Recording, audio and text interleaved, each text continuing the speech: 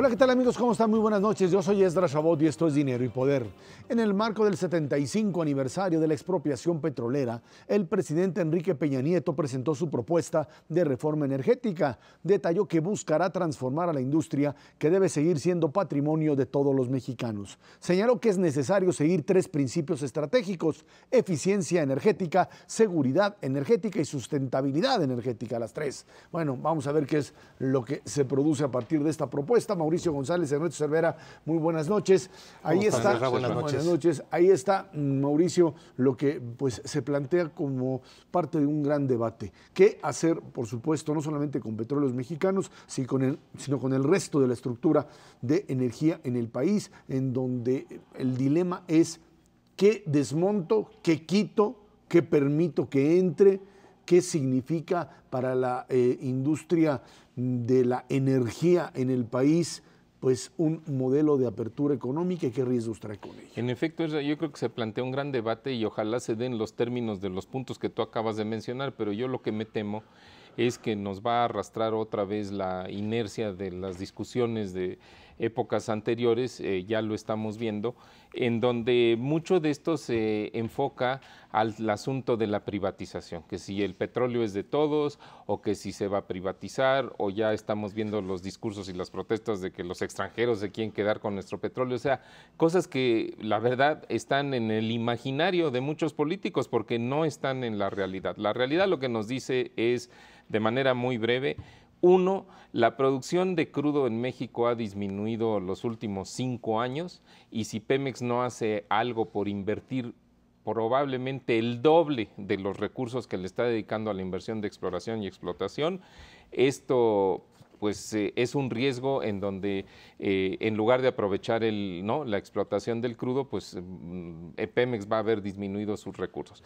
Segundo es el tema de la eficiencia en el manejo de Pemex. Pemex tiene 139,000 empleados. Si tú ves las principales petroleras del mundo, algunas de las cuales producen más de lo que produce Pemex, y tienen menos de la mitad de los empleados. Entonces yo creo que los retos están ahí. Ahí es donde debería de centrarse el debate, no en el viejo tema de si realmente se quiere privatizar o no, que nadie está planteando que se privatice Pemex. El problema de correr trabajadores de Pemex, por un lado, que sería uno de los puntos fundamentales, eso será parte también de un mecanismo de presión importante que se va a llevar a cabo a partir de esta polémica, y el otro es ¿cómo garantizas que esta entrada de iniciativa privada a la energía en general no se convierta otra vez en negocios de políticos? La experiencia anterior de privatización de bancos durante el régimen de Salinas llevó a que fueran los cuates del presidente quienes se beneficiaron de esto. Y cuando entras en lo que ha sido, digamos, la estructura del negocio de gobierno o los servicios de gobierno convertidos en negocios, terminan siendo finalmente pues, estas partes en donde son grupos de cuates los que se benefician de este tipo de aperturas. Y yo creo que ese es parte del temor que muchos tienen de que una apertura en Pemex se transforme otra vez, más que en una apertura o en un modelo que le permita a los más eficientes ganar, o cambiar simplemente de beneficiarios, de los amigos del líder sindical, ¿sí?, a los amigos de el director de Pemex, ¿no? No, yo creo que este país sí ha cambiado, Esra, y estamos precisamente saliendo de una estructura corporativista que tiene 70 años en el país y lo vemos plasmado en prácticamente todos los sectores de actividad. El sector energético no tiene por qué ser ajeno a este movimiento en pro de la competencia. Lo hemos visto brutalmente en el sector telecomunicaciones, estas propuestas para hacer más fuerte a la Comisión Federal de Competencia, para crear un nuevo instituto que salvaguarde precisamente esta idea de competencia. El sector energético no tiene por qué estar fuera de esto. Si tú lo vas a abrir, lo tienes que abrir con las normas precisas para que garantices competencia en todos y cada uno de los eslabones. Estás salvaguardando pues el original, que evidentemente es la exploración y la explotación. Estás dejando que este actor Pemex, fundamental, que va a seguir teniendo el monopolio en ese primer eslabón, pueda empezar a hacer negocios, pero no tiene que ser con una sola persona. Ahí sí se tiene que abrir a una competencia feroz en todos los demás, en el procesamiento, en la refinación, porque además lo que estás buscando es este segundo punto que es fundamental, que es la eficiencia. Y la mejor manera de lograr eficiencia es con competencia. Si tú lo paras de entrada, pues lo que vas a generar precisamente es esto, un sistema ineficiente con cambio de manos, no cabe la menor duda, pero sin duda alguna la competencia y la competencia fuerte te trae menores precios y una muchísimo mayor eficiencia en la generación, en el procesamiento y en la distribución final a los consumidores. Lo que pasa es que hay que buscar la forma como se da en la competencia, porque lo que sí es un hecho es, Pemex va a tener que seguir siendo el monopolio que genera el crudo y los energéticos, los combustibles de nuestro país. A mí me parece que la fórmula adecuada para atender esto que tú dices, Ezra, tiene 3 componentes. Uno es darle a Pemex autonomía presupuestal. Hoy en día la Secretaría de Hacienda le tiene el pie puesto, le extrae todas las utilidades que genera Pemex y más que eso y lo deja sin recursos para seguir creciendo, para seguir invirtiendo. Segundo, dale autonomía de gestión, o sea, deja que Pemex, es la principal empresa del país, se comporte como una empresa adulta, o sea, que Pemex pueda tomar sus decisiones. Ahorita las decisiones tienen que pasar por la Secretaría de Energía, por el director correspondiente de la Secretaría de Hacienda, que es el que le autoriza el presupuesto y es el que le está checando que se cumplan todos los programas. Y tercer punto, si vas a dejar que Pemex se comporte como una empresa completamente adulta o completamente madura con autonomía presupuestal y autonomía de gestión, entonces lo que tienes que hacer es fortalecer los mecanismos de gobierno y de rendición de cuentas, o sea, dota a Pemex de un consejo de veras. Los consejos de administración en las empresas privadas, Ezra, lo que hacen es velar por los intereses de los accionistas.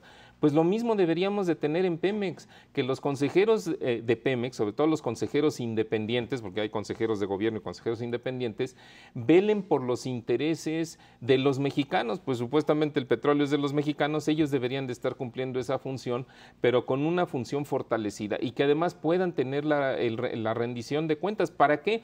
Para evitar efectivamente esos riesgos y esas tentaciones que tú señalas correctamente, de que al permitir una mayor participación privada simplemente florezca la corrupción y se vuelva esto un botín enorme. Ahora, hay un periodo crítico, Ezra, entre que si tú puedes llevar a buen puerto esta reforma y que efectivamente Pemex tenga los recursos necesarios para invertir, porque hoy por hoy no los tiene ni el gobierno federal ni Pemex, se los extraen unos a otros y no existe la autonomía.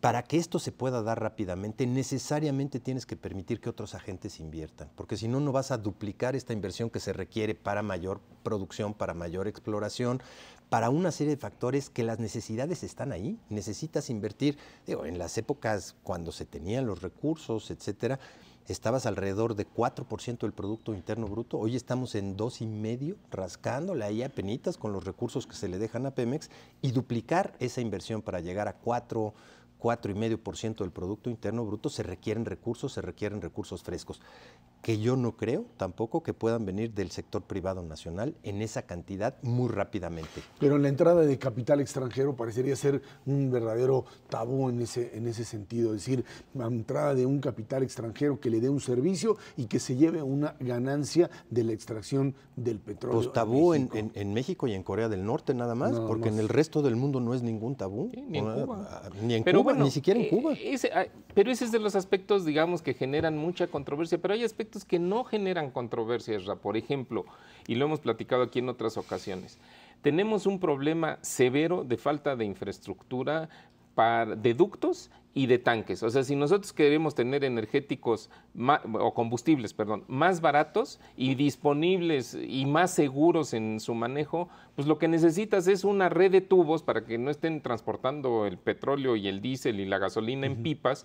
Y bueno, pues para que haya suficiente necesitas una serie de tanques donde se puedan almacenar. Eso no existe hoy. Y habría cola de empresarios nacionales conocedores de su tema que estarían dispuestos a meterle recursos para que Pemex ya no tenga que usar esos recursos, y entonces esos recursos que le liberas a Pemex pueden concentrarse en la parte de exploración y de explotación. O sea, la participación privada lo que le permitiría a Pemex es usar mejor los recursos donde puede ser controvertido que entren extranjeros o nacionales o capital privado. Y por último, el tema de la tecnología, no todo se resuelve con dinero, también hay que saber extraer el petróleo de las aguas profundas, y Pemex hoy en día no tiene esa tecnología. Ahora, el tema de la electricidad es otro tema que está ahí también como monopolio. Se dice, las experiencias en muchos países de América Latina en donde se privatizó la empresa eléctrica, pues ha sido bastante malos, modelos en donde pues de repente resultó que el negocio no funcionó y determinado tipo de zonas en los Estados Unidos les ha pasado, pues se quedan sin luz simplemente porque la empresa privada no tuvo la capacidad para generarla como lo había planteado. Ahí hay que establecer claramente también dentro de la Comisión Federal de Electricidad, el propio Pemex, que se tratan de servicios públicos y que como tales tiene que garantizarse por la vía del Estado que el servicio se siga dando independientemente de lo que suceda. Yo entiendo que si tú le permites a una instancia de gobierno, a una instancia privada, pues entrarte a ayudar y esa falla, la responsabilidad no puede ser solamente de la empresa a la que le dijiste, pues usted tenía que haber puesto los alambritos y fíjese que no lo hizo y entonces la bronca es mía. No, la bronca es directamente del propio gobierno que tiene la responsabilidad de que ese servicio se suministre. Y creo que esta es una parte fundamental para poder hablar de apertura. No, ¿quién finalmente es el responsable? No, sin duda alguna es el sector público y yo creo que seguirá haciéndolo, pero tú tienes 3 mercados completamente diferentes en la parte eléctrica. Lo que es la generación de electricidad, la transmisión, a final de cuentas tenemos un sistema interconectado por todo el país, pero tiene que ir por unas líneas gigantescas por todos lados, y la distribución final a los consumidores. Hoy por hoy en la parte de producción sí se permite la participación privada bajo esquemas muy específicos, en donde la cogeneración o la autogeneración simplemente te da para que tú puedas como gran empresa generar tu propia electricidad, pero lo que te sobra no lo puedes vender, se lo tienes que dar a la Comisión Federal de Electricidad bajo unas reglas que todavía pues, no permiten una ampliación de este tipo de mercado hacia adelante. La Comisión Federal lo transmite a las diferentes regiones del país y finalmente también lo distribuye. La participación privada en estos 2 tramos, transmisión y distribución, yo creo que podría ayudar muchísimo a esta nueva parte de ganar en eficiencia. A final de cuentas estamos pues, en un proyecto en donde tienes que empezar a generar de una manera mucho más amigable con la naturaleza a través de nuevas energías que hoy por hoy son todavía muy caras, pero que tarde que temprano van a estar ahí para generar electricidad, pero nuestro sistema de transmisión no está listo para verdaderamente acaparar de manera inteligente y eficiente todas estas energías alternativas eléctricas. Ahí necesitas una gran inversión privada. ¿Qué pasa con Mauricio, qué pasa con un país creciendo al 5% en 3 años? ¿Te alcanza? Pues no, claro que no te alcanza. Y además este problema que bien menciona Ernesto tiene otras aristas. El tema de las tarifas eléctricas. O sea, tú ves que con la idea esta de no permitamos la privatización o la participación privada en la industria eléctrica, pues lo que tienes es que la Comisión Federal de Electricidad no recupera los costos en los que está incurriendo y eso precisamente es el freno que la detiene para lograr ese crecimiento. Entonces, lo último que nos falta, y créeme que sucede en muchísimas economías emergentes, es que la electricidad se te puede volver, o sea, la generación de electricidad se te puede volver un cuello de botella y entonces la industria va a estar desesperada porque no tiene el servicio adecuado o porque se lo dan a costos demasiado altos. La Comisión tiene que revisar su sistema de tarifas. Unas las tiene muy subsidiadas y otras las tiene carísimas. Entonces, pues ahí tienen que encontrar un justo medio. Ahora, lo que queda claro en este caso es que para lograr un nuevo acuerdo de reforma energética van a tener que desmontar, como sucede en la otra que vamos a platicar al rato sobre telecomunicaciones, un montón de intereses que se benefician de lo que hoy está ahí. No es solamente decir cambiemos, sino hay que anular, hay que bajar de tajo a aquellos que se han venido beneficiando de una o de otra manera del monopolio, desde negocios como el Mexlub hasta pues el propio manejo del sindicato en Petróleos Mexicanos. No, ahí hay un coto de poder gigantesco. Yo creo que independientemente de los montos que tiene que realizar Pemex y que tiene que realizar la CFE, tienen un pasivo laboral contingente que hoy por hoy los tiene en una posición pues literalmente de quiebra técnica a los ojos de cualquier empresa del mundo. bajo esas circunstancias. Sí tienen que entrarle de manera directa, no necesariamente vinculado a la reforma energética, pero no se puede seguir operando bajo la teoría del avestruz, en donde supones que no pasa nada y que te puedes seguir con los 138,000 trabajadores permanentemente en Pemex o el equivalente en la CFE, con las prestaciones bajo una circunstancia en donde los tienes que hacer eficientes. Si tú ves las estadísticas de productividad de la economía mexicana en la parte de manufacturas, es bestial el incremento que hemos tenido en los últimos 3 años. Es aproximadamente de un 12% el incremento en productividad. Ojalá se vieran ese tipo de cifras vertidas en las empresas públicas como que te proveen la energía, pero no tienes los incentivos ni los recursos para hacerlo, y en ese contexto pues está difícil. No es el enfoque. Mira, ¿qué sucedió en este lamentable accidente de Pemex en las últimas semanas? Que llega el líder del sindicato y dice, aquí los que perdieron la vida, no se apuren, la plaza no la van a perder porque se la vamos a heredar a sus familiares. Modelo patrimonial. Pues sí. Bueno, vámonos a una pausa y de regreso platicamos telecomunicaciones, otra reforma que está en discusión. Esto es Dinero y Poder.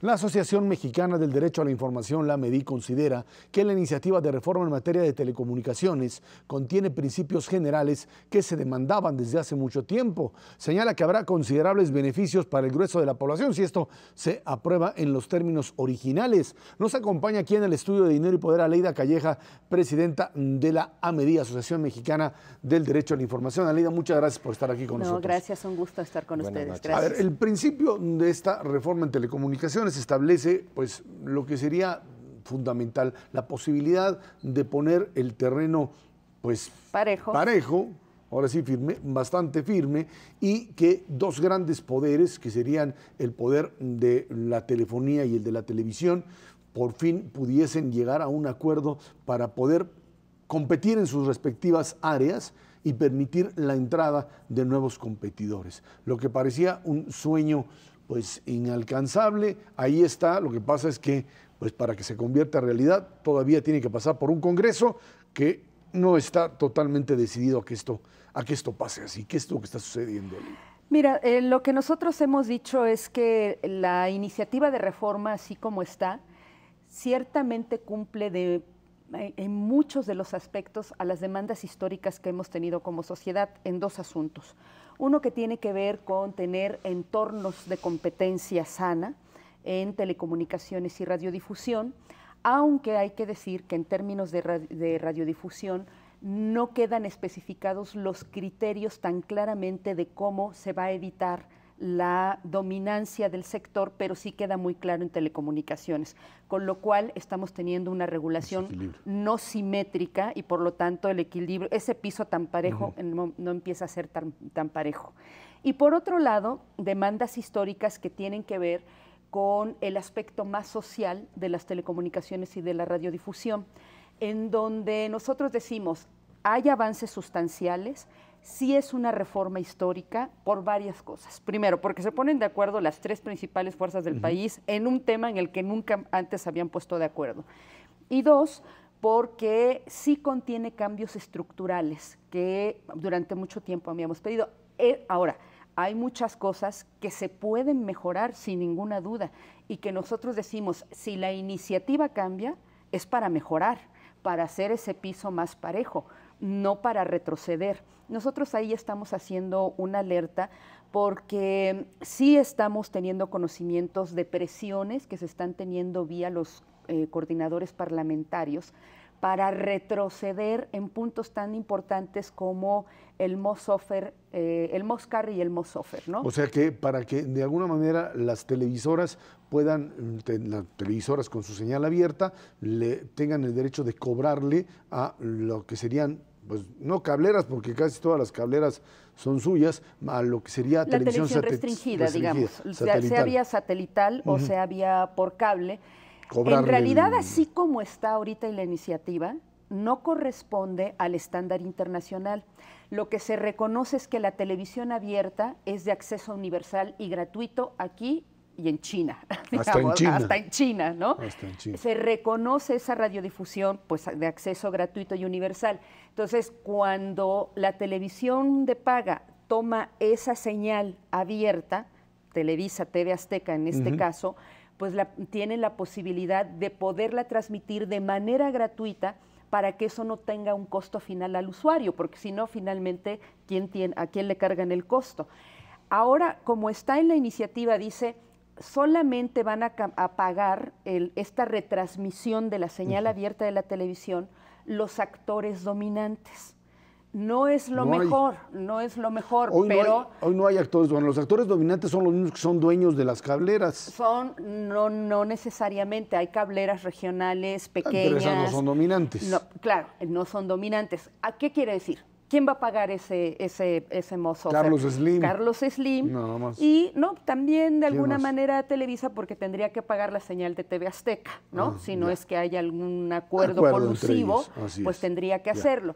Y una vez que haya competencia en todo el mercado, entonces ya cada quien negocia el precio por la retransmisión, y si no se ponen de acuerdo, el que será el órgano regulador con autonomía constitucional, el IFETEL, el Instituto Federal de Telecomunicaciones, determinará las tarifas.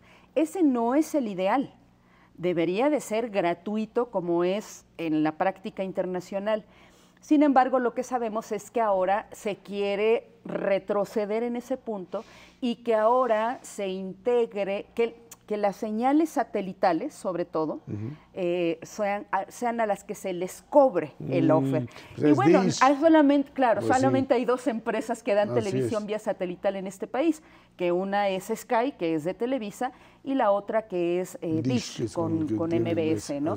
Entonces, digamos, a ver, lo que nosotros decimos es, no puede haber dedicatorias específicas en la legislación para determinadas empresas. Lo que tiene que haber es un marco regulatorio que permita generar una competencia sana en la que entren más jugadores y que eso termine beneficiando a la población, no solamente en los servicios que tienen que ver de telecomunicaciones, sino en la garantía del pleno ejercicio del derecho a la información, sea en telecomunicaciones o sea en radiodifusión, en ambas. Aleida, hablando precisamente del nuevo IFETEL, los nombramientos de los comisionados, de alguna manera en una primera propuesta se veía compleja, no hay ninguna duda en términos de la regulación y todos los requisitos que deberían de pasar, y primero ser súper expertos y pasar pruebas y luego ser aprobados por las diferentes cámaras, etcétera, precisamente para evitar que fueran nombramientos políticos o que llevaran algún tipo de dedicatoria. Así es. Ahí parece que también se está trabando un poco la cosa. Pues se filtra, ¿no? Que lo que quisieran es retroceder, y hablamos de algún partido en específico, que es retroceder para que el nombramiento se haga conforme se hace ahora para nombrar a los magistrados, a los ministros de la Suprema Corte de Justicia de la Nación, que es que el presidente hace las ternas y luego el Senado ratifica o rechaza. Mira, ha sido muy criticado la creación de este instituto. La primera crítica que tienen es por qué se le da de autonomía constitucional y por qué se le amplía las facultades y que va a ser un monstruo terrible que puede ser capturado por intereses oscuros. Yo no sé si la COFETEL actual no está capturada por intereses oscuros, digamos. El tema ha sido su conformación, y después la manera en cómo se van a nombrar a estos comisionados. A ver, ¿cuál fue la fórmula? Es muy complicada, pero la verdad es novedosa. ¿Cuál fue la fórmula para evitar que fuera cuota partidista, como nos ha sucedido con el IFE, que ha sido una desgracia, o que sea cuota directa del Ejecutivo? Pues haces una convocatoria abierta. La gente que quiera concursar tiene que hacer un examen de conocimientos. El examen de conocimientos está, digamos, controlado por tres órganos que también son autónomos, que es el Banco de México, que es el INEGI y es el Instituto Nacional de Evaluación, que recién se creó ahora con la reforma educativa, con el acompañamiento de dos universidades públicas nacionales. Y una vez que pases el examen de conocimientos, pues entonces se escogen, como son 7 vacantes, por cada vacante se escoge de 3 a 5 personas para enviárselas al presidente para que de ahí escoja una de todo ese número y presentar el número de 7, que es lo que conformaría el pleno de este IFETEL, para que el Senado lo ratifique en 2/3 partes. Ha sido muy criticado. El tema es cuál es la otra fórmula que podemos crear para garantizar que no sea o cuota partidista o cuota del presidente. Digamos, lo que se abre es el tema de especialistas. Hay una crítica también que dice, bueno, vamos a tenerlos llenos de académicos con poca habilidad política, con poca experiencia en el sector. ¿Cómo encontramos la media? Digamos, esa es la que se ha encontrado para no repetir los problemas que ya tenemos de la partidización de los órganos autónomos, ¿no? Claro. Y otro problema adicional vinculado a que sean todólogos. Porque alguien que esté en el IFETEL tiene que saber de comunicaciones, tiene pues cuestiones de derecho, cuestiones de economía, de competencia, ¿sobre qué se enfocaría? Mira, nosotros como AMEDI, digamos, la propuesta inicial que hicimos fue si un órgano constitucional que se le incluyera la facultad de competencia, que no es ninguna monstruosidad, es una tendencia mundial. La Unión Europea en el 2000 marcó en sus directrices para los órganos miembros fortalecer los órganos reguladores porque el proceso de convergencia tecnológica hace a los actores mucho más poderosos y en ese sentido necesitas un ente regulador cada vez más independiente de los intereses económicos o gubernamentales. Y por eso un ejemplo muy interesante es el de Inglaterra. Desde el 2003 empezó a juntar telecomunicaciones, competencia económica en un órgano regulador capaz de manejar todos los hilos, de que no hubiera contradicciones entre las regulaciones de una entidad y otra, que se llama el Ofcom, el Office of Communications. Y la verdad, yo no veo que Inglaterra haya tenido desde el 2003 a la fecha ningún fracaso. Bueno, ¿no? a menos que la BBC se porte mal, pero... Bueno, a veces, digo, no está exento de errores. Pero ahí están como supervisores. Ahí están como supervisores. Ahora, sí tienes que generar, digamos, por eso es tan importante la ley reglamentaria. Aunque ya aquí en la Constitucional hace con un detalle cómo debe de conformarse el órgano, es muy extraño que en una reforma constitucional tenga tal detalle. Detallado. Pero claro, están amarrando que después eso no se vaya a ir en la reglamentaria. En la reglamentaria tienes que ser más específicos y allí sí tienes que observar pues que tenga que ser un pleno multidisciplinario, pero también la creación de comités específicos que puedan ir viendo de manera especializada cada uno de los temas, lo que tiene que ver con la agenda digital de banda ancha, con lo que tiene que ver con los derechos de las audiencias, con lo que tiene que ver con radiodifusión, con lo que tiene que ver con concentración, ¿no? Y reglas antimonopolio. Es decir, vas a tener que conformar una infraestructura que le dé respuesta a eso, ¿no? O sea, digamos, no hay de otra, pero eso tienes que resolver y afinar mucho más en la reglamentaria. Por eso es que nosotros decimos que la madre de todas las batallas va a estar en la reglamentaria. Ahí está la letra chiquita, ¿no? Y ahí es donde está el diablo. Están los detalles, así es. Mauricio. Oye, Aleida, la verdad es que esta iniciativa de reforma de telecomunicaciones despertó mucho entusiasmo. En términos generales, yo diría, fue bien recibida, inclusive por los especialistas. Pero ahora que tú señalas esta situación de retrocesos, o sea, como que algunos de los actores se están echando para atrás, ¿tú crees que existe el riesgo de que no haya reforma o de que lo que se apruebe sea peor de lo que tenemos o de que se pueda romper el pacto? O ¿cómo ves este riesgo?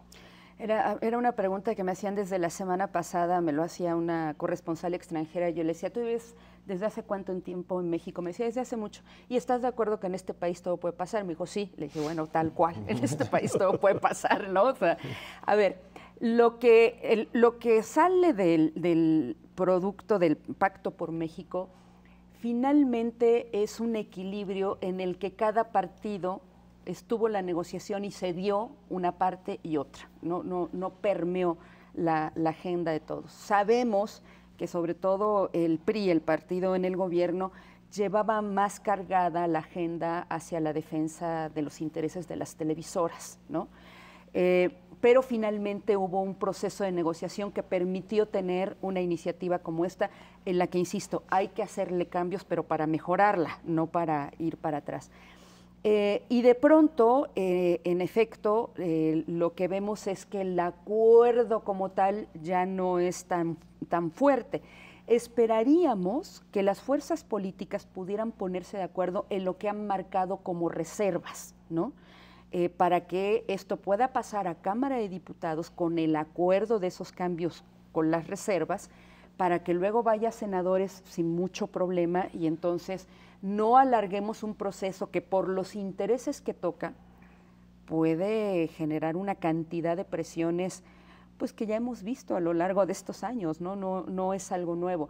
Entonces habría que estar muy atentos. A mí la verdad me llama mucho la atención las declaraciones de ciertos actores, sobre todo legisladores, ¿no?, que han manifestado abiertamente su oposición a que pueda llevarse a cabo esta iniciativa de ley, y que bueno, hay que ver que se pueden abrir flancos que pueden complicar la negociación ampliamente. Y finalmente, aquí el problema es que si el Consejo Rector del Pacto por México ya llegó a un determinado acuerdo, el hecho de que el Congreso lo pueda pues echar para atrás o romper ese modelo de unidad sería sumamente dañino, no solamente para el problema como tal, sino para el propio funcionamiento del pacto.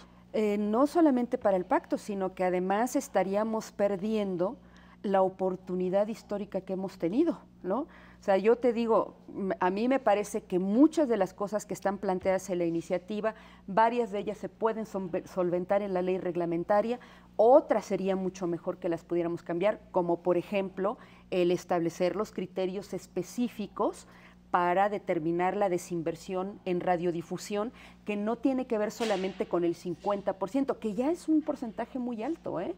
O sea, la práctica internacional te dice que nadie puede tener más del 30% del mercado, máximo el 40% del mercado. Aquí lo estamos subiendo hasta el 50%, pero no están, por ejemplo, en radiodifusión los criterios específicos como audiencia potencial, zona de cobertura geográfica, participación en el mercado de publicidad comercial, producción y distribución de contenidos y servicios agregados de telecomunicaciones. Lo que sí está claramente establecido en telecomunicaciones cuando hablas de redes, ¿no?, y de la utilización de esa infraestructura que es obviamente telecomunicaciones. Bueno, pues vamos a ver qué pasa en estos días donde tendrá que definirse. Aleida Calleja, presidenta de AMEDI, muchísimas gracias por estar aquí. Muchas gracias. Vámonos a una pausa. Esto es Dinero y Poder.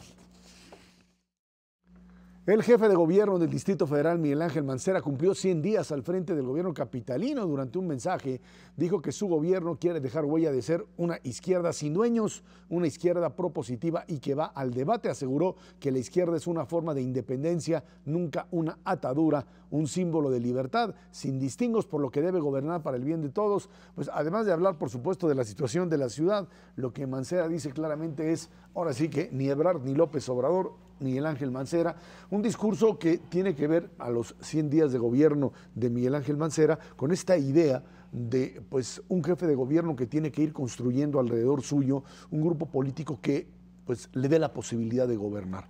Eso es lo que finalmente construyó Marcelo Ebrard durante mucho tiempo y que hoy tiene que hacerlo Miguel Ángel Mancera para poder establecer estos equilibrios entre jefes delegacionales que a veces se creen mini gobernadores y hacen lo que se les pega la gana, y por supuesto una administración central que requiere al menos tener ciertos elementos de control. Complicadísimo porque, digo, a final de cuentas Marcelo Ebrard pudo hacer su grupo después de 6 años contra un solo grupo adicional. Mancera tiene que empezar contra 2 grupos diferentes y la verdad es que son 2 cotos de poder acendrados y establecidos en el Distrito Federal desde hace una buena cantidad de años, y en el que, a pesar de que él tiene el control de cierto tipo de recursos, la verdad es que las fuerzas políticas se mueven a una velocidad bloqueando sobre todo cierto tipo de iniciativas. Yo te diría, la verdad es que con este escenario pues se ha visto un poco gris en términos de los logros que había alcanzado hacia el final de su mandato Marcelo Ebrard, pero pues le va a tomar una buena cantidad de tiempo resarcir esa imagen, por una parte, de hacer las cosas demasiado por atrás o tras bambalinas y que no tenga pues el show montado como lo tenía Ebrard, sin ninguna duda, y al mismo tiempo tratar de compensar porque pues a final de cuentas no sabes a qué grupo se va a aliar. Él ha dicho franca y abiertamente que con ninguno de los dos, que es una izquierda sin ataduras, precisamente como lo mencionabas, pero tarde que temprano va a tener que tomar una opción en términos de empezar a jalar a su propia gente, y en ese contexto pues no la va a tener fácil. No, uno de los problemas, que Mancera ha planteado claramente es que él pues por lo pronto establece un mecanismo de contacto con el gobierno de la República, con el gobierno priista de Peña Nieto, muy diferente al que incluso Marcelo Ebrard tuvo, donde le tomó mucho tiempo llegar a tener contacto en ese entonces con Felipe Calderón. Hoy Mancera está montado directamente en lo que es el mecanismo de negociación con el gobierno priista, como parte incluso del propio Pacto por México, ¿no? Sí, sin duda, pero eso yo creo que pues es una arma de dos filos. Por una parte permite una mucho mejor interacción con el gobierno federal, y sin duda que el gobierno de la Ciudad de México la requiere. Hay que recordar que todavía para efectos de las finanzas públicas y sobre todo de la deuda del Distrito Federal cuenta con el aval de la Federación, entonces tiene que darse esa interacción en lo financiero y en otros aspectos, ¿no? Sí. Del funcionamiento de la ciudad, la sede capital, etcétera. Pero por otro lado, pues le abre un flanco, porque ya ha sido abiertamente criticado por Marcelo Ebrard como de entreguista, vamos a llamarlo, y eso sin duda no le favorece. Ahora, déjame comentar aquí el punto.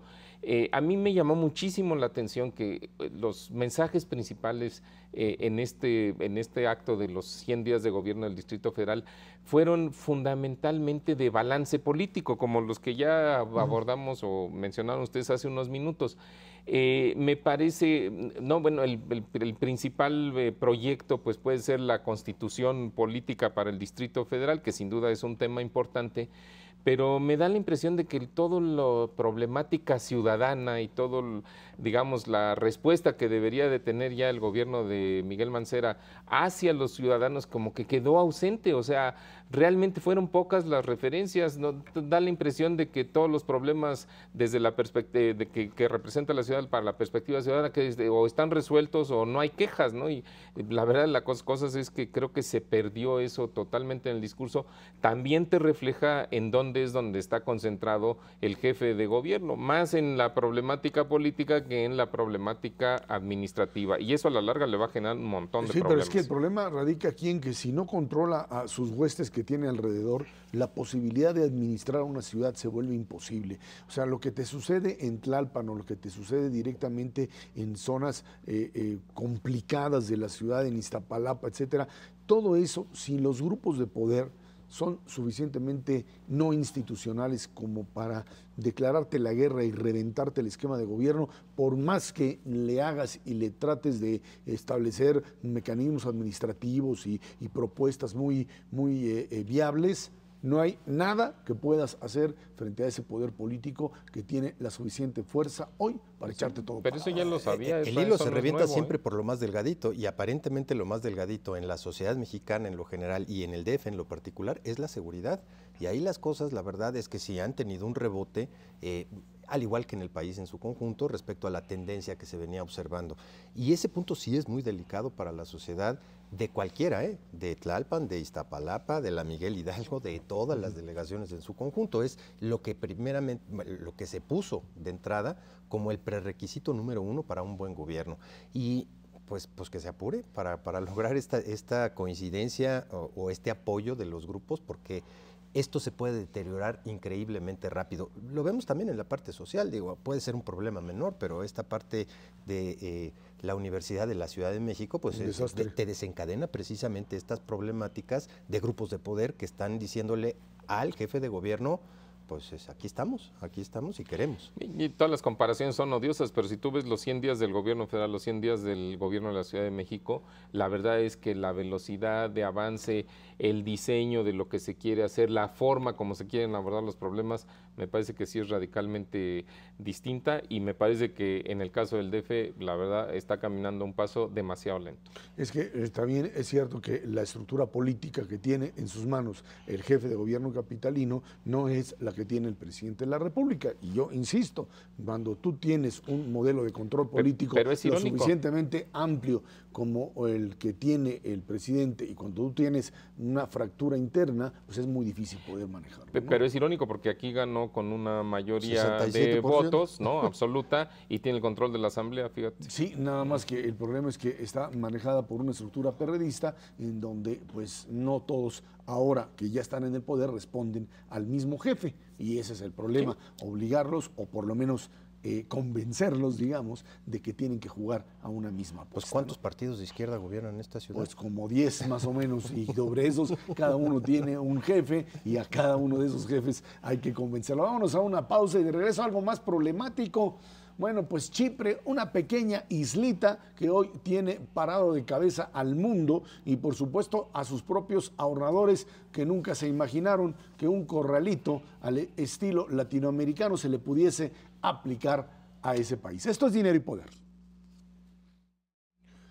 Los ministros de la zona euro alcanzaron un acuerdo para ayudar a Chipre con un rescate de 10.000 millones de euros a fin de evitar que caiga en la bancarrota. Bajo el programa de ayuda, la deuda de la isla mediterránea deberá caer al 100% del PIB para el año 2020. Se establece que a partir de hoy el gobierno deberá imponer un impuesto del 9.9% a los depósitos bancarios sobre montos superiores a 100.000 euros y de 6.75 a aquellos que pues tuviesen un monto menor. Nada más que resultó que el día de hoy el Parlamento chipriota votó y dijo: no aceptamos esto, y me imagino que esto termina convirtiendo ya al problema de Chipre en una verdadera bomba de tiempo.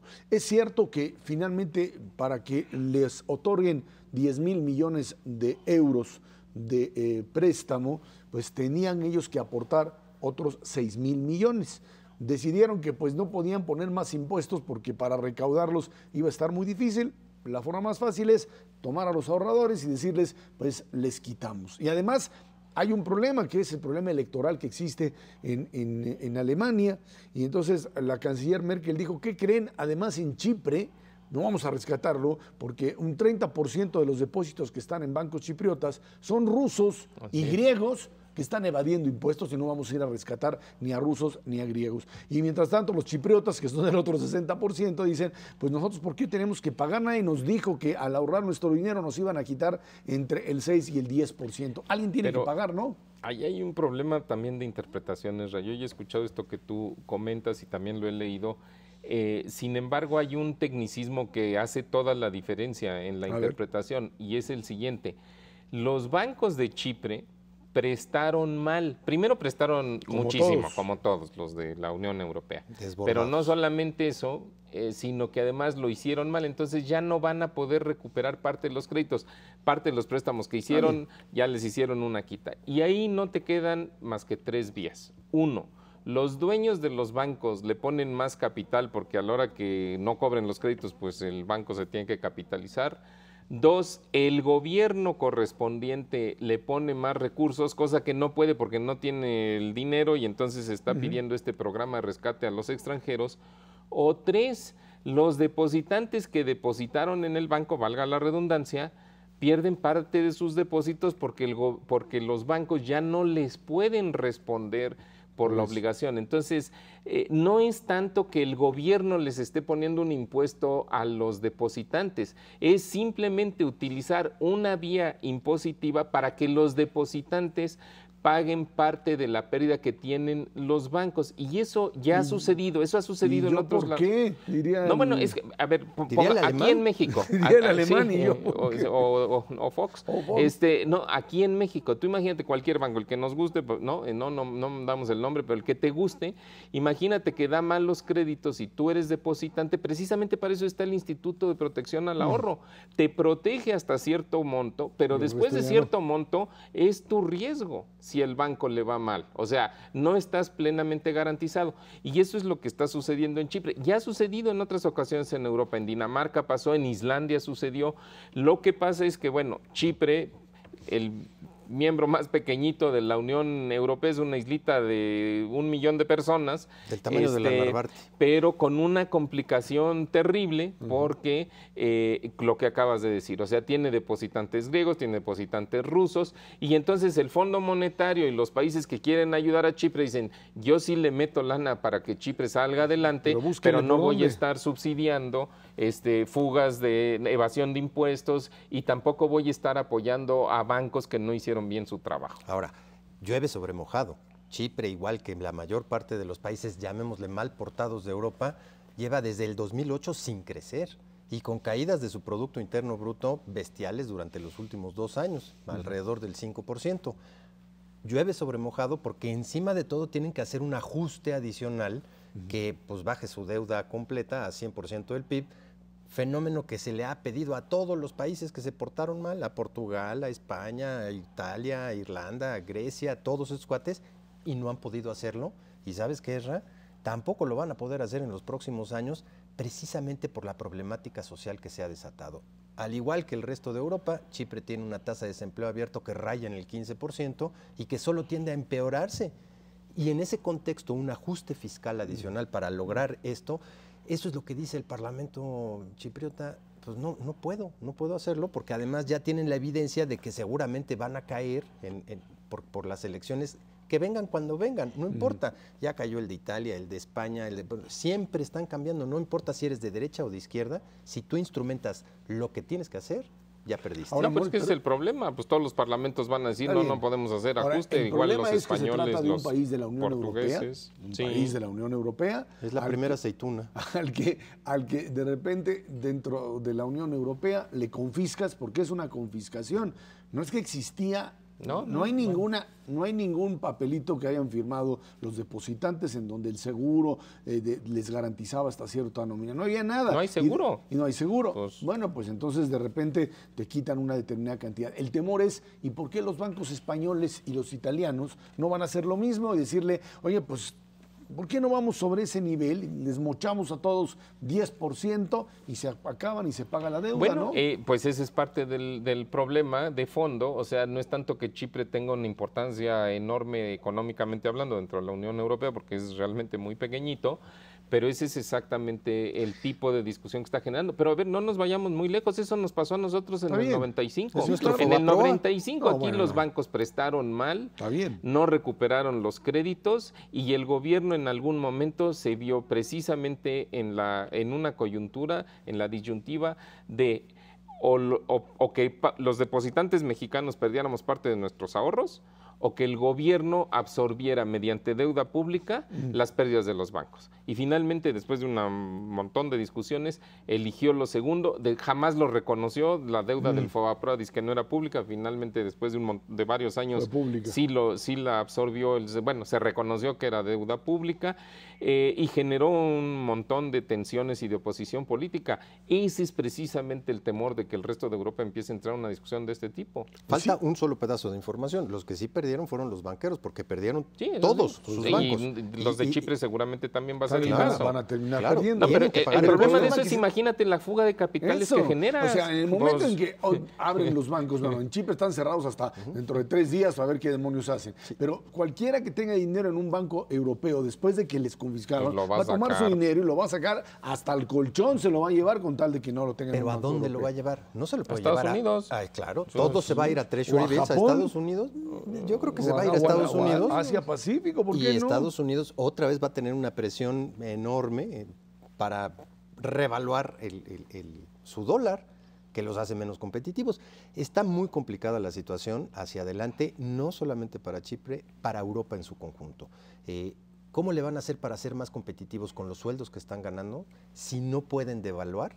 Porque ninguno de los países por sí solo puede hacerlo, es una camisa de fuerza que ellos se autoimpusieron, y al mismo tiempo desde el punto de vista social está bien difícil que puedan bajarse nominalmente los salarios, porque lo que requieren es bajarse 30% los sueldos de todos, desde los funcionarios públicos, los trabajadores en empresas, todos. Que esa es la otra discusión, que los chipriotas dicen, ¿sabes qué? Pues a la goma con el acuerdo del euro, vamos a salirnos del euro. Y entonces, si Chipre se sale, honestamente no pasaría nada, pero si Chipre se sale y genera expectativa de que algún otro país se puede salir, se arma otra vez el lío en Europa. Bueno, por lo pronto lo que ya tienes es una revaluación del dólar frente al euro, 1.29, 1.28, que no había tenido desde hace mucho tiempo, y un problema muy serio en términos de que no hay una política generalizada para tratar los problemas de deuda en Europa. A cada país lo tienes que atender con una problemática con su problemática particular, y a cada quien le vas a aplicar. Yo no creo que vayan a poder aplicarle en España un esquema de esta naturaleza de ir y recortarles 10% o meterle un impuesto, o a Italia. Pero tu problema es que en Italia ni siquiera tienes gobierno y en España no puedes crecer y tienes un desempleo que no has podido controlarlo bajo ese mecanismo. Y en Alemania tienes elecciones donde la señora Merkel tiene que salir a decirle: les juro que ya no le voy a prestar a nadie más para poder ganar la elección. Tal vez ese era el único denominador común en todos los ajustes, que los alemanes acababan pagando. Y Alemania ya dice: ya no se puede. Entonces cada quien tiene que pagar lo suyo.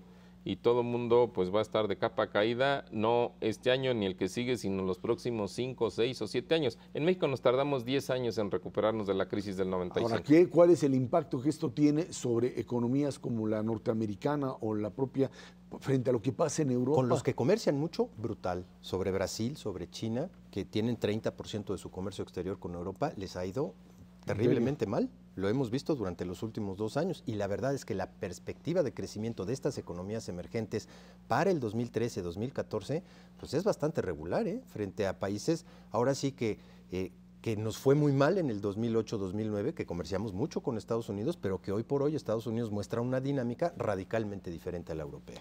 Mauricio González, Ernesto Cervera, muchísimas gracias. Gracias a usted que nos ve, nos escucha aquí en 11 TV México, Dinero y Poder. Recuerde, también estamos en la radio Noticias MBS en el 102.5 del FM, de lunes a viernes de 5 a 7 de la tarde. Por nuestra parte, muchas gracias y muy buenas noches.